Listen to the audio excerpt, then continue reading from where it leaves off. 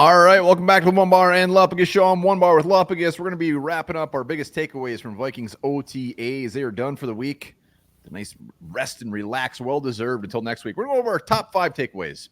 Little R&R, I think they call that. Before we do, subscribe to the channel, like, and comment. Also, download the Underdog Fantasy app, promo code SKULL, match your first 100 bones.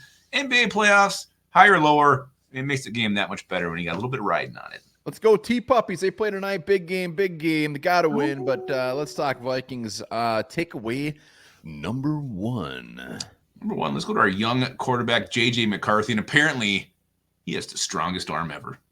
Yeah, he is just firing that thing, and he is just letting loose. He is letting loose on these poor third, fourth string receivers, just busting up those fingers. And I mean, we've talked about it. It's nice to hear, I guess. I mean, he sounds a little erratic with that fire, but it's good to know he's got a big old arm on him.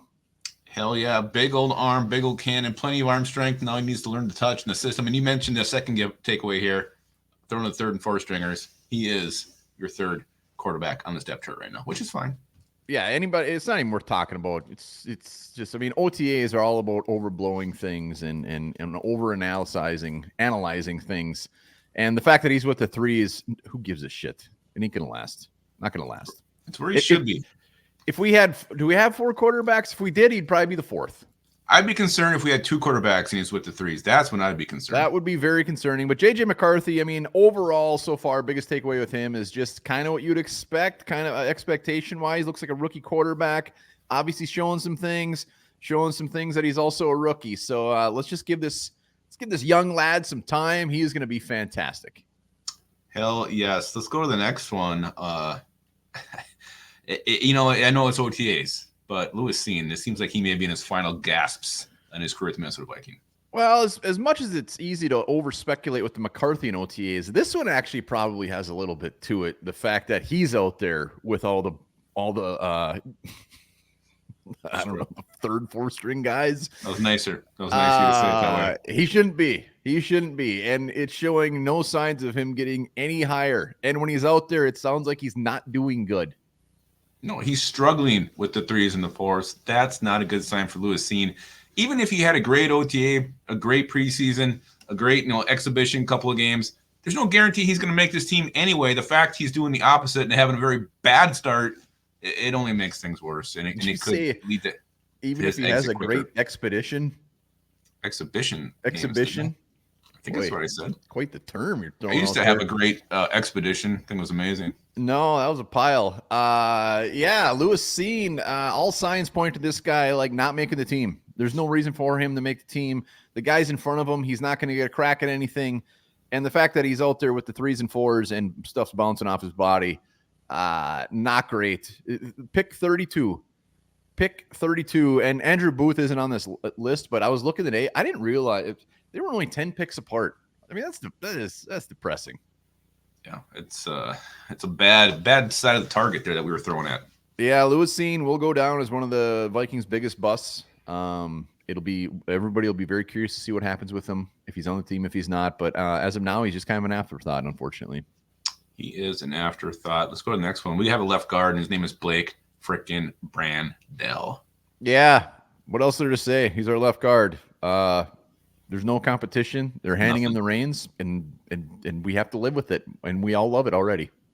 We're huge Brandel supporters. We're on the brand wagon, is what we call it here at the Onebar and Lupagus show. And why not? I mean, where he's filled in a pinch, he's done well. I think this is the first starting job he's been given. Like, this is your spot, start of the season. Every rep's going to be here. I'm excited to see what he can do with that. Yes, did I talk myself into this? Absolutely, I did. But there's no reason to not think he can't do it and at least play to an acceptable level. Well, and Michael Juergens is slated as his backup left guard when you look at the depth chart right now. So that's something to keep an eye on. I mean, Juergens, I think they got some high expectations for Juergens. Absolutely. I mean, probably more so like as a long-time depth piece. But if Juergens starts turning it on, and let's say Blake Brandel is not doing well, I honestly wouldn't be surprised if they gave the reins to Juergens before they even signed a Reisner or something. Well, I mean, that draft video, if you watch it, Kwesi was ready to pull the trigger on Juergens, I think, with like pick 156. Like, he wanted him that bad. So he could have been like a 5th round pick, which, I mean, the road to starting is a little bit shorter than being, 7th rounder. I think he was a late 7th rounder. Doesn't matter. He's on the squad. I pulled the trigger on some Jurgens back in my day. Yes, you did. And you yanked the trigger right off. Yep. Dallas Turner. I mean, the good thing is everything pointing to the fact that this dude is just the real deal, and he is going to have a huge impact his rookie season. Yeah, you've heard terms thrown out there from the ones who attended practice, freak, real deal, looks the part. Yeah, that's what you want to hear about your your second number one pick, edge rusher, a guy who's going to be really looked to replace Daniel Hunter long term. So I love everything we're hearing about Dallas Turner, and I cannot wait to hear more. And again, we kind of talk about what's his role going to be. Is he going to be like a situational guy, or is he going to get a starting job? We'll see how that shakes out. But it wouldn't surprise me if he started situationally and then he kind of took over the reins by midseason. Wow. Yeah, I think they've already said like their expectations for him is a rotational piece. He's going to see a ton of the field, but I don't think he's going to be out there taking over for old Ginksker or Grenard, but he's going to be out there hot and heavy. Keep those guys fresh. Keep them fresh. We're going to have nothing. Vikings defense is going to have nothing but dudes flying at the quarterback left and right. Fresh dudes. Speaking of quarterbacks, last one, takeaway. Sam Darnold. The man is seeping wet, oozing confidence. He is out there throwing that ball like he is a 10-time All-Pro. Yeah, and what's helping him get that confidence is his offensive coordinator Wes Phillips talking him up in the press conference, saying he's got a strong arm. He's a smart quarterback. Wasted. He doesn't know what he's talking about. But he said he's a number 3 pick for a reason. So I mean, everything is everybody's happy with Sam Darnold right now, and there's been reports that he's got some very strong supporters in the Vikings coaching room. So everything's pointing to him being a starter. I'm not surprised by this. It could change throughout the summer, but chances are he probably is your Vikings week 1 starter. And yeah, he's made some nice throws in camp so far. Yeah, and not only the week 1, but he could be week 1 through week 18. So we'll see. I mean, McCarthy would really have to just blow the doors off of us in preseason games and just light shit up. And even if he did that, I don't even know if that gets him the job. I think they're just completely hard up to let Darnold have it and see what happens.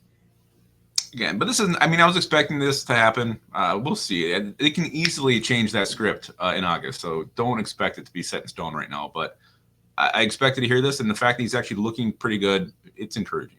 I think it's in stone. I think he's going to be the week 1 starter. That's all right. You react to things early.